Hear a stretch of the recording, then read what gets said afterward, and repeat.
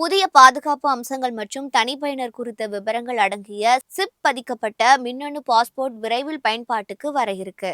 Passport சேவை 2.0 என்னும் திட்டத்தை மத்திய அரசு கடந்த மே மாதம் தொடங்கிய நிலையில இதன் மாதிரி திட்டம் சென்னை உட்பட்ட 12 நகரங்கள்ல அமலுக்கு வந்திருக்கு. கடந்த 6 மாதங்கள்ல இந்த திட்டத்தின் கீழ் உள்நாட்டில் 80 லட்சம் மின்னணு பாஸ்போர்ட்களும், வெளிநாட்டில் உள்ள இந்திய தூதரங்கள் வாயிலாக 60,000 மின்னணு பாஸ்போர்ட்களும் விநியோகப்பட்டிருக்கு. இந்த நிலையில புதிய பாதுகாப்பு அம்சங்கள் மற்றும் தனிப்பயனர் குறித்த விவரங்கள் அடங்கிய சிப் பதிக்கப்பட்ட மின்னணு பாஸ்போர்ட் விரைவில் பயன்பாட்டுக்கு வர உள்ளது.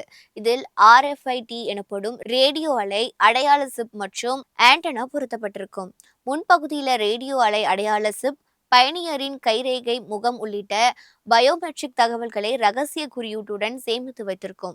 இமிகிரேஷன் கவுண்டர்கள்ல இதை ஸ்கேன் செய்தா போதும், ஆவண சரிபார்ப்பு மிக வேகமாக முடியும். இந்த மின்னணு பாஸ்போர்ட்கள் சர்வதேச விமான நிலையங்களிலும் எளிதில் ஏற்றுக்கொள்ளப்படும்.